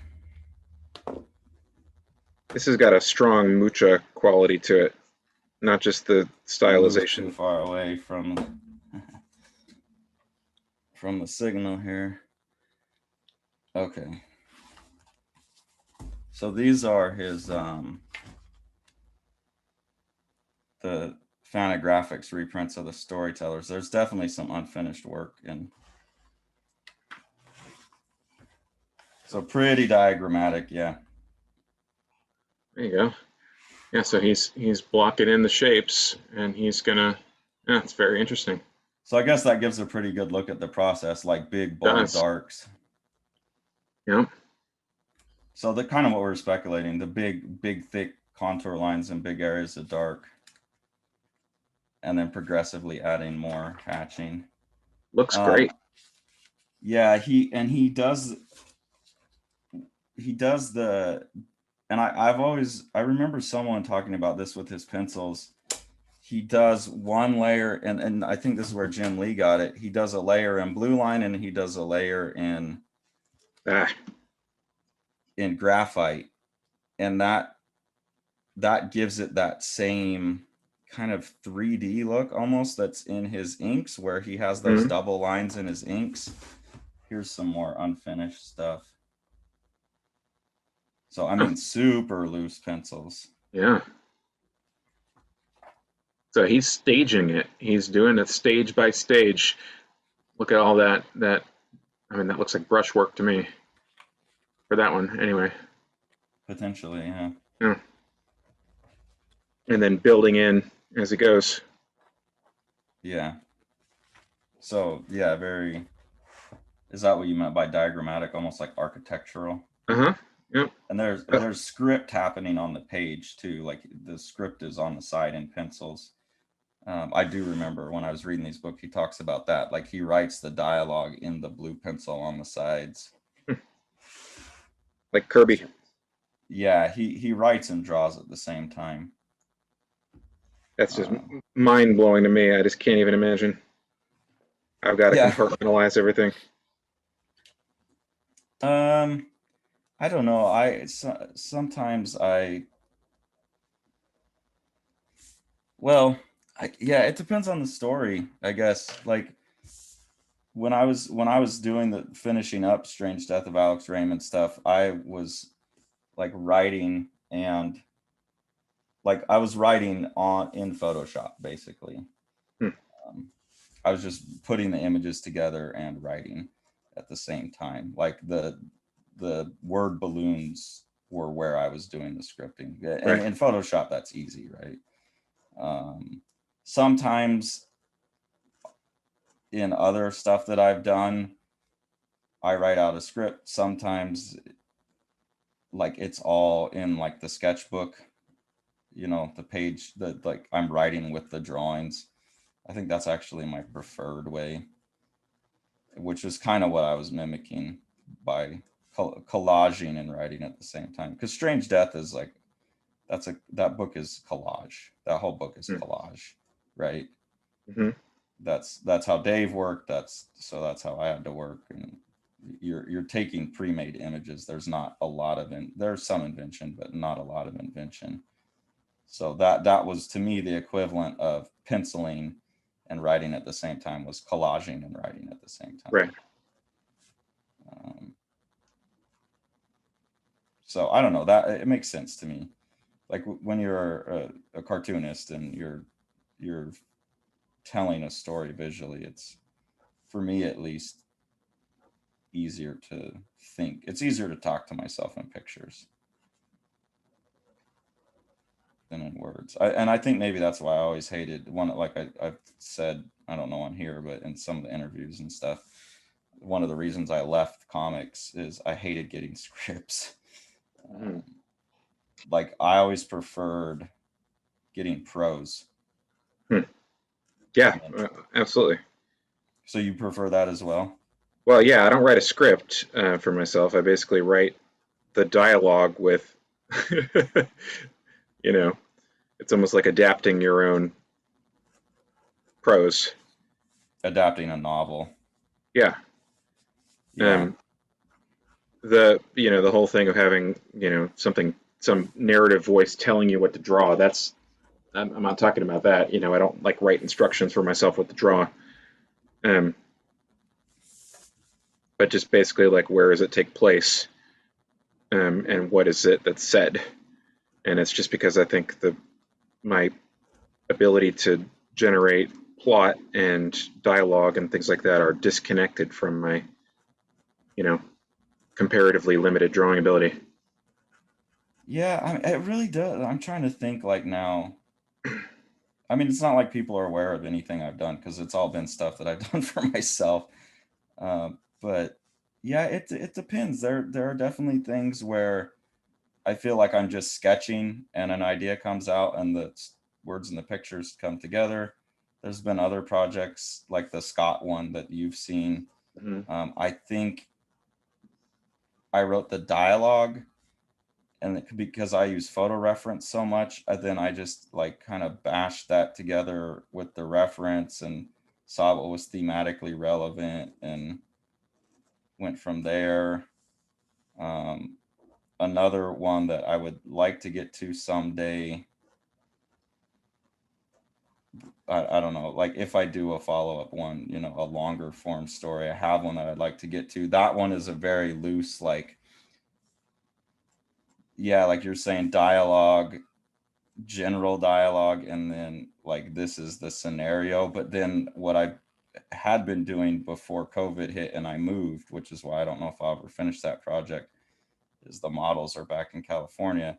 But I would get with the models and say, okay, this is the scenario, and then I would kind of just like I didn't even have them acting it out. Like I just took the two main characters and took them to Panera, and just like that's where the scene is supposed to be happening in the book. And it was like, okay, guys, you guys have never met. Luckily, my buddy Levi, who was the model for the main character, is just a real good bullshitter, and the gal he was with is a real friendly gal. And I said, you guys just sit and talk. I Right. don't care what about, and I'm just going to snap a bunch of photos, and then I can go back and look at the faces and find ones that kind of fit the mood, like, yeah, it just worked so well. Instead of saying, okay, you're saying X, Y, and Z, try and mimic that face. Like these are Right. just people I know. Like Levi's a terrible actor, but when you just let him go, he makes all the perfect expressions, and then you just have to. Yeah, that's more my process. I get when you're as damn good as Barry Windsor-Smith and you can control the actors. Right. Well, that's the thing. Generating people from your head. I mean, you're still barricade. You're still making a subdivision between the generative stage and the analytic stage, I guess. By taking the photographs, yeah. Hmm. And for him, it's all synthesized. Yeah. It's None of all this is one moment. Yeah. Yeah. I mean, he's referencing the cars for the action scenes, and he's referencing the helicopters, and there's a few panels that I thought, oh, that's probably a photo reference right there. But very, very few. I mean, most of it seems like he's using references as props and then builds everything with his pre-visualization. Oh, an obvious, yeah, obvious master of pre-visualization and characters that live in his head. Right.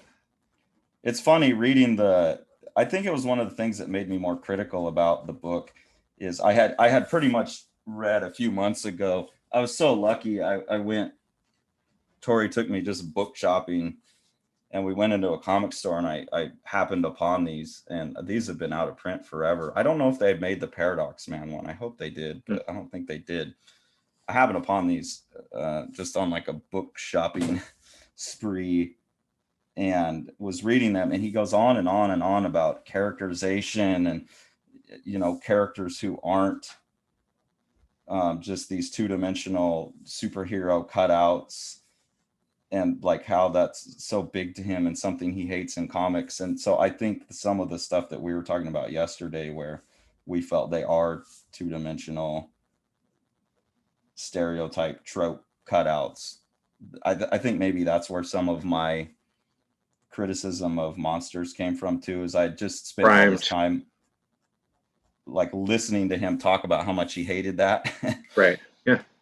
And I felt like in Storytellers too, he was, it was like, man, you're talking about two-dimensional superhero cutout characters, but it's Jack Kirby's New Gods, and you know, they're funnier and they're more adult, but it's still a superhero story with tits and ass and Right. fart jokes. And um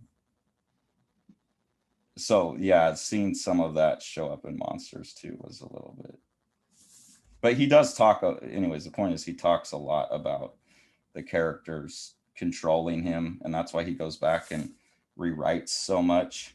Mhm. Is like, no, that's not, and Dave talks about that too, right? Mhm.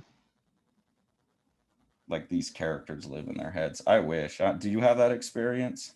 Yeah, I mean, I've written, I think, 4 novel-length books, and the best ones that, I mean, you know, there's a sort of runaway aspect to it where you expect that they're going to do something, and they clearly don't want to do it. Um, and you know, I mean, you can write that somebody does something, and that's fine. But in the responsive stage of writing something, I mean, I think that there's a potential give and take where you just sort of bow down to the character and say, well, that just doesn't seem like something you're going to do, and you could have planned something to happen, but they don't want to do it. And you know, I don't necessarily ascribe any kind of mystical process to it. I think it's good observation. You've got a store in your head of, you know, this person and their characteristics and the things that they've done and the things that they haven't done. And if something violates that, it can be difficult to make your craft be congruent with the violation. Like it seems like it's better to just let them do what they want to do. Yeah, I see. It's one of the reasons that I don't really, you know, like in a couple of times now, people have said, well, what are you doing after this? It's like, well, I don't have many of my own stories because I'm not good at that. I'm not a very socially competent person, I don't think. I probably would have been diagnosed as being somewhere low level on the autism spectrum, you know, if they Hmm. would have known what that was in the early 1980s. Right. Um, so I don't have a good sense of like what anyone other than myself would do Hmm. in a situation. And it's a big criticism, something I've been trying to get past, and something I've always hated when I have written a story. Is they were always, and it's something I used to love in a writer, and it's something I hate in writers now, is characters are, and it's something that showed up in Monsters, characters are ciphers for philosophical worldviews, Right.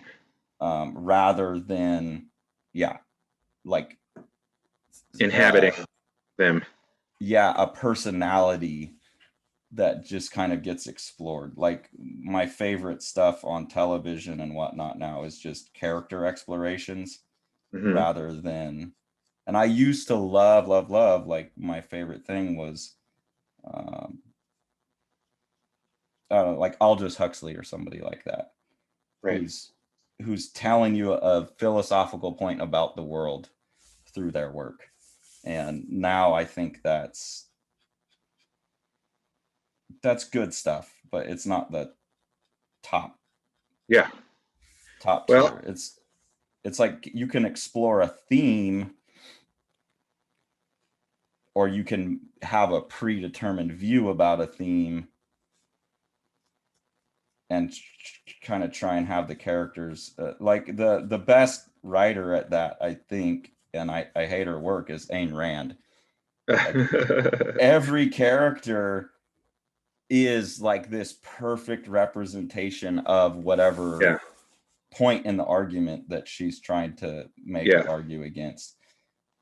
And she's so good at it, but I fucking hate her work. It, two things I'd say to that. One is, you know, there's a lot of room for a lot of different types of things in the world, and I think making stuff that is is more conceptually based, I mean, is unusual still, and is still, there's so many different ways to go with that. I think that, it seems like to me that most of your stuff is more conceptually. Um, that's the starting point, and that's great, and that's a sort of fine art sensibility rather than a narrative sensibility, or maybe a fine art sensibility brought to a narrative. Um, but the other thing is that if you are interested in sort of like, making characters that don't not only don't seem like you but also behave like themselves, one thing I would consider doing is making characteristic lists about each of these people and see if you can find details for them. Draw their face, think about like how they do their dishes, or steal characteristics that you see in other people that you think are interesting or unique.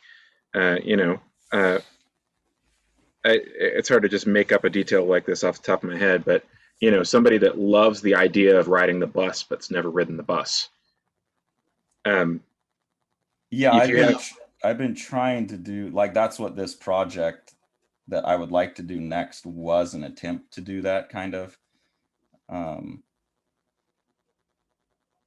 but it's hard because Yeah, I'm just not good at that. I've it's not. always been not too, I'm, I don't know, not terribly empathetic or uh, sympathetic. I can imagine like the situation, but it's hard for me to feel it. So it's difficult. But yeah, the book that I want to do is a guy that plays the same lottery numbers huh. like over, and like he's been playing them ever since he was 18, and now say he's in his 30s, and one day he misses the draw for whatever reason, and that's the night his numbers get pulled. And Suicide. yeah, but then you don't like, for narrative reasons, obviously suicide's not an option. So then like, not, and trying to go, okay, not like necessarily what would I do. Yeah, um so like one of the things I had to say is, well, this person's not a creative person. right. He has no purpose. This is so, but it's very, again, analytical and cold, and Well, so but it's, you can make human things, or you can make even emotional things with an analytical process. I don't think that they're not. well, yeah, I mean, you have to admit who you are, and like Dave and Barry Windsor-Smith are obviously like more capable of occupying multiple like characters' emotional states and Mhm. understanding how they would play out. Um, so it's just something I really admire. It's something I admire in Barry Smith's work. It's something I admire in Dave's work. Um, yeah, and there's, of course, there's a place for the other stuff. Like, I think Alan Moore is more of the, and he was like, for the longest time, I would say Mike Patton and Alan Moore. Those, I don't have artistic influences visually. It's just like Alan Moore's cleverness and Mike Patton's all over the placeness, and that very, like, Alan Moore is a very pedantic, didactic, like Mhm. he's trying to tell you stuff a lot of the Right. time. Didactic mode of expression. Yeah, and I liked that for a long time, and to me now it just seems like you're stuck in your early to late 20s, and philosophies like that. I have a degree in philosophy, so that stuff was obviously very important to me at some time, but as I get older, it feels like a young man's game. Mhm. um, Obviously some people maintain an entire lifetime with it. But to me, that character driven stuff seems more wise. And I don't know. It's just a personal. It's weird because it's a change in preference. So I admire. And with monsters, I feel like there was a bit of collision of the two different outlooks too. You know, like Hmm. this very personal character based stuff that he could be very good at, and then this more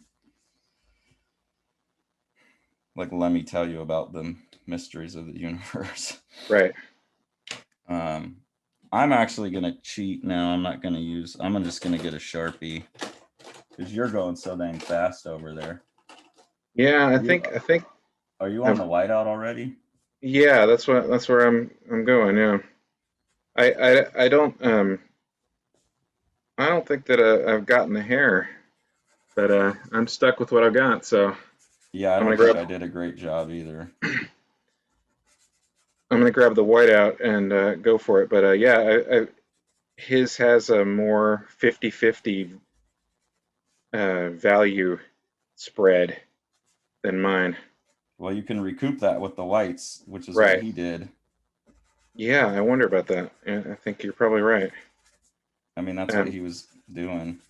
the value spread in the hair really is like a 50-50 spread. Like half the paper in the hair area is covered with black, and half of it is exposed white. Um, I just don't feel it's probably because I was being lazy and I switched over to the pen, but I don't feel like I got the quality of line. To me, it looks like you have the quality of line better in the hair. I got real sloppy in the hair. And then I think this burst off of Elias's head is all white out too. yeah, I think so too. I did it with avoidance, but it doesn't look very good. So I'll fill it in and try it in whiteout.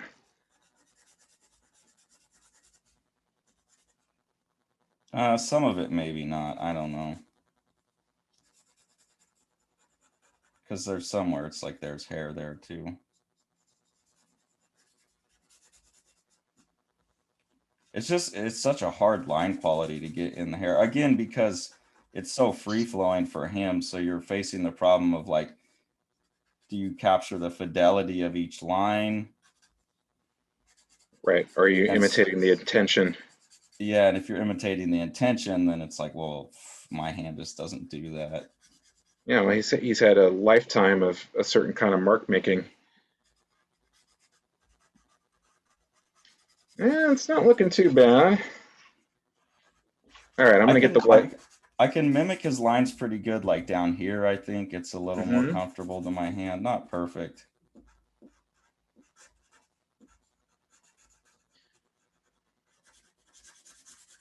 So let's color in the background here.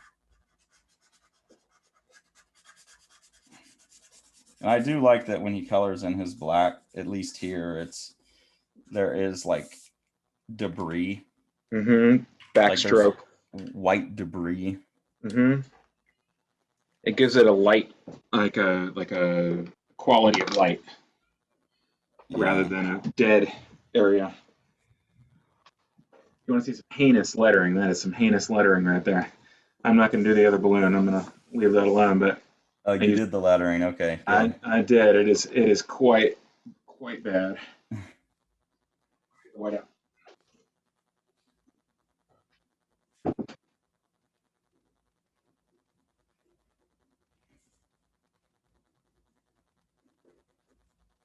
Yeah, I'm still trying to figure out like what his hand was doing when he did the hair. I think there's a lot of this back and forth stuff, but he has a characteristic um, change in pressure from one stroke to the other, thicker to thinner to thinner to thinner to thicker again, or something that is obviously, like Sean said, very characteristic to his years of production. And I don't know that I'm using the right tool either. At first, I thought maybe the pens had the look that I wanted. Now I don't know. I think part of it too is it is very hot and humid where I'm at, and I'm not using the best paper. Um, So I was getting, it was just really hard to mimic. The reason I switched over to this tech pen is I wasn't getting the back and forth look I wanted without tearing up the paper. Tearing up the paper worked really well for me down here, but in the hair, it just wasn't letting me get as fine as I wanted to get. Um, Something else that, because the whiteout is very hard to see, is I think a lot of his lines are longer and more flowing than I've Hmm. been doing them. Like I think up in here where it looks like she's got curls, I think it starts out as these long, stringy, flowing lines, and then he's creating the curls with the whiteout. Well, And that would so make it's, more sense. yeah, so I'm trying to like mimic the look of the curls, kind of drawing them as they look rather than as they were maybe created. And that would probably help me with the, I'm going to switch back to the nib pen and try it that way. Yeah, these are such crazy lines though. I don't know. I'll be It's hard. using some gouache white here. Try that Okay. out. It's so hard to tell which line is all like is this line connected all the way down to here and flows all the way up, or was that multiple sets of lines because he piles them up so thick and so close together, and then there's whiteout on top of it. It's really hard to track like an individual mark, which is part of what's making this for me so hard to recreate. Yeah, you got to think this probably took him about half the amount of time it's taken us. Yeah, because he's not, I don't know, the book took forever. Who knows? Yeah, He's kind of notoriously slow, right? yeah, but that might be just a conceptual, an issue of conceiving everything, or Yeah, you it know, could be. the pencil stage. There we go. It's funny though. I've seen like videos of some guys like Bill Sienkiewicz where you think like it has to look like lightning drawing, and it's slower than I thought. It's like I always wonder with some of these guys that I think have these super crazy fast marks, um, how fast they're like. If you can't see a video of it, it's really, he might have had some pretty, like his hand might have been moving about as fast as mine, or he might have been like, who knows, Well, I'm having a lot more success with the white. getting the look that you want. Mm-hmm. This makes more sense to me. Basically, the sort of scrubby thing that I was doing is just felt like I was trying to imitate the look without understanding the process. Whether or not he actually did it exactly like this feels a lot more like drawing to me. Like, oh, hey, I need to make this highlight have a different spectral quality to it. Yeah,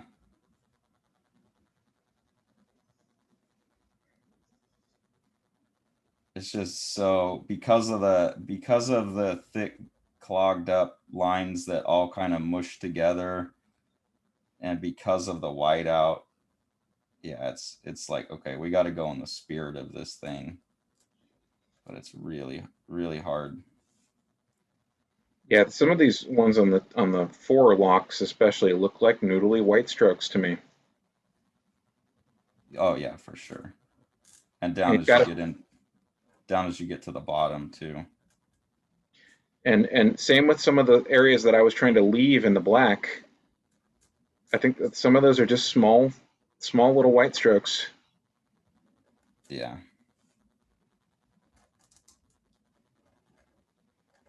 like to me the black feel, I think I'm getting it better now.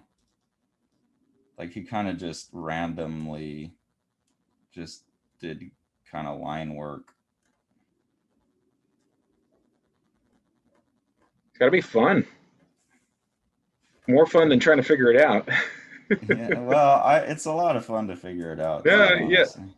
But I'm just wondering if like if we could do this a second time, which I'm not suggesting we do because I'm out of time right No. now. But if we could do this a second time, I mean, I would just draw in the black and then I would draw white on top of it. So you wouldn't draw any hair? No, I would draw the hair like you're doing now. Um, Oh, okay. So you would, I thought you just meant you would like black the whole thing in. no, no, no, no. I don't think I'd black the whole thing because I think that that would be too unreliable. No, I think I would draw essentially like black in large, thick strokes similar to those contour strokes.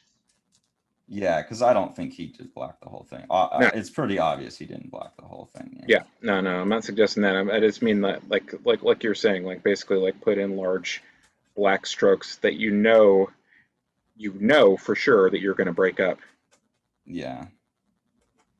Same with this. And I'm it, like livening the dead black areas by popping in little bits of white. This is very satisfying. and again, oops, I got some splatter there, which is the problem with the 102. Again, pretty convinced that he's okay with getting the fiber because it Right. lets you do those long needly strokes. You can still get some line weight control out of it, but to me, this feels more like the right type of mark. I mean, obviously I'm not Barry Windsor-Smith, so it's still my type of marks, or me doing his type of marks. They're not his marks, but it feels more like what I'm seeing in his art. And I do see a lot like in down here where he's hatching and stuff too. I see a lot where, yeah, it looks like he's just kind of doing this for the black, like Hmm. just scrubbing the pin in the black areas and like kind of hatching the black in a little bit. Okay. Well, since you're getting close, I'll switch over and then off camera I'll finish Elias. Well, real quick, I want to do some of Elias's shirt because this is to me the really cool stuff. Like where he's obviously just going, wow, wow. Yeah. Now that I did that backwards. I missed the contour, and so I didn't. That was not quite as satisfying for me. But you're totally right. Elias had a massive contour, and everything is sort of worked up from there. Yeah, and then you can just like really, it's really quick at that point. I mean, you totally have to let it dry. But this is the fun part because it is so quick. If he was going slow on this part, I'd be really Yeah, surprised. it looked like a mess. Yeah, like this is definitely the speed. Well, I mean, it kind of does look like a mess, but But the value relationships hold it together, in my estimation. yeah, it's it's more of the emotive type of mark making that you were talking about. Actually, I'm going to do some bigger, thicker marks and then come back to it later because there's still some more stuff where I think he was showing like actual motion of the fabric, Right. wrinkles and stuff like that. Um, yeah, it's chaotic, but it gives off that quality of light, or it's not as descriptive. It's descriptive of form, but not as descriptive of form as he can be. It's not very careful description of volume. I think you're right. This leaf on the back of Elias's head is after the fact, also with white. Yeah, I think he realized he needed to illuminate that area some more. But I went ahead and left a little bit of it, but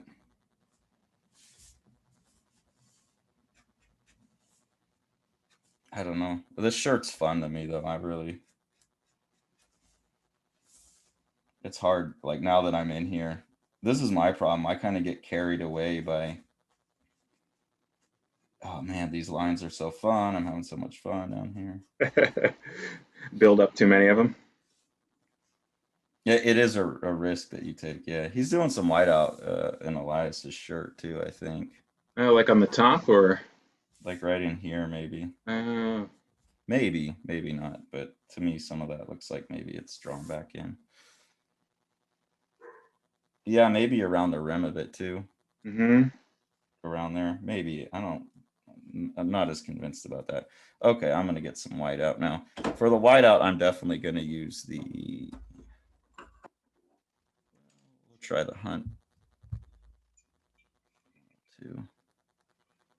We'll see. All right, now I'm gonna have to look at the actual image because I've covered it up. That's what I was worried about this one.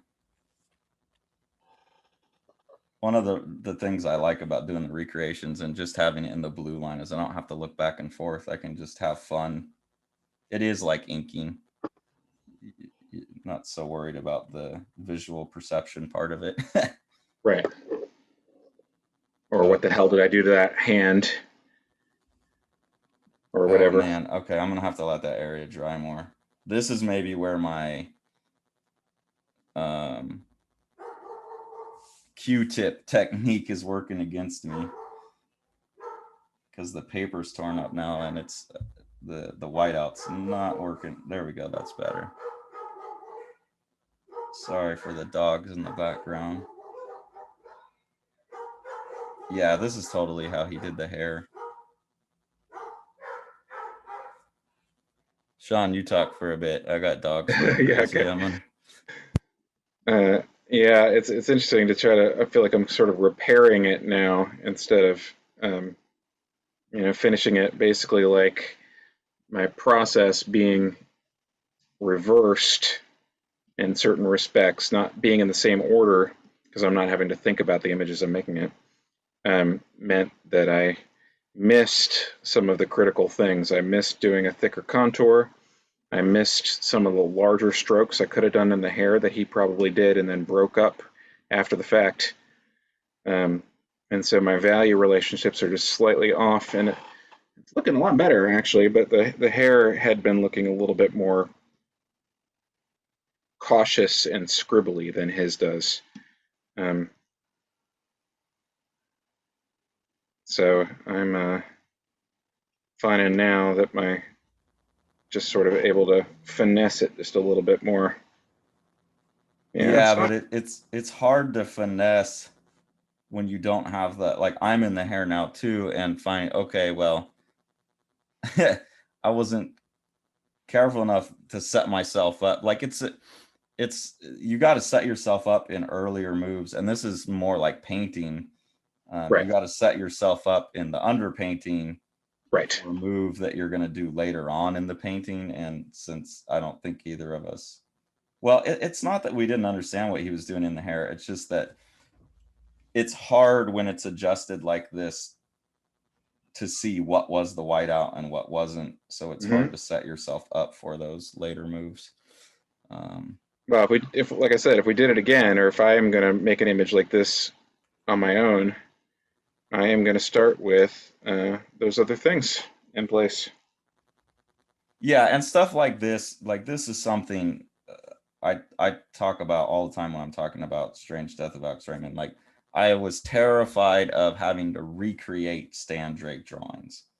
Right. I don't feel like I can draw like Stan Drake still, but I think I would have a better chance of getting the Stan Drake look if I was just had a photograph and I was trying to apply his style to something, like that I was looking at a photograph of somebody and okay, now draw this like Stan Drake. But if I had an actual Stan Drake panel in front of me and I'm trying to recreate it, I couldn't do it. Hmm. I feel like this is the same. There's a lot of lessons I can take away from this, especially about what was going on down here, flipping the pin and all of these things like that, that can show up in my own art and influence me to be looser. But to Yeah, recreate it exactly, no, this is abysmal. yeah. Not It's up it, to snuff. it's very very interesting, and yeah, I think that the loose handling combined with the staged thinking, I was calling it diagrammatic. Maybe that's not quite, you know, the staging of it and the, you know, very, very clever uh, use of value combine to make a really quite striking image that looks impossible to copy. Yeah. And goes back to his influences. You know, Right, he's successfully merged pen and ink drawing with a woodcut. Like the white right. is where the woodcut comes from. This is making a woodcut. You're carving out where you want the white.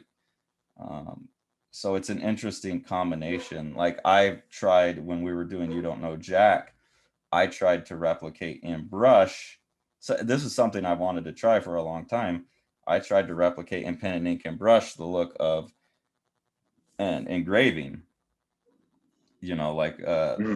an old Gustave Doré type of engraving, um, with all of those really controlled changes in line weight and cross contour lines and all of that stuff. And it came out all right, but it's an interesting task to take one medium and then trying to replicate the look. So I think he really figured out how to get the best of both worlds Yeah. into this, which is really impressive. Oh, I'm gonna do the little burst on Elias's head. Um, and it's easy to think about engraving, etching, any of those old printmaking techniques. They look like pen and ink drawings because it is black line work, right? So it's easy to think about those images as drawings, but then if you actually try and reproduce it as pen and ink, you'll learn real quick like it's a different thing. It can be done, and one of the kind of successes of Barry Windsor-Smith is he has done that. He has transferred one type of artistic process over in that's not a pen and ink process into pen and ink. Yeah, he's integrated that look in a very interesting way. And yeah, so hopefully this is education for us next time. This is totally how he did this, though, for sure. Yep. I have I think there was some coming back in the other way too, maybe. to I'm clean it not up sure. after the No, fact. no, like initially, like he did a burst effect and then cleaned it up with the white. Maybe, I'm not Gotcha. sure. It's no, maybe not. It's hard to tell. There's a lot of hair going on underneath here too. It's cool because like the hair, there's hair motion here going on, and then the burst. It's not like it's all black behind there. Right. Then the burst is yeah, so it had to be all white on top of black.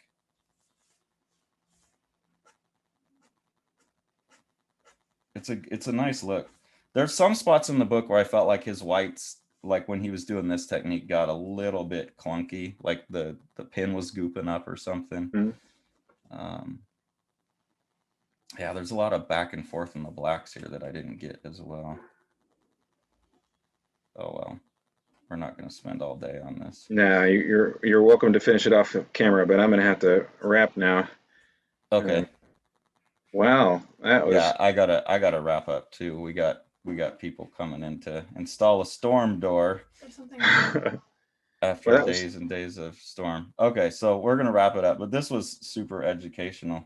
hell yeah, man. Well, thanks for coming along on the journey with us, people who are watching. And if you made it to this far, leave a comment that you said that you heard me say this, and I'll get you something special in the mail. All right. How's that sound? Yeah, First, have a first, good th- one. first three people who make it to the end and hear me say this, leave a comment. I'll get you something special in the mail. All right, I Uh, gotta run. I'm getting the hey babe, you better hurry up. Later. all right, bye bye.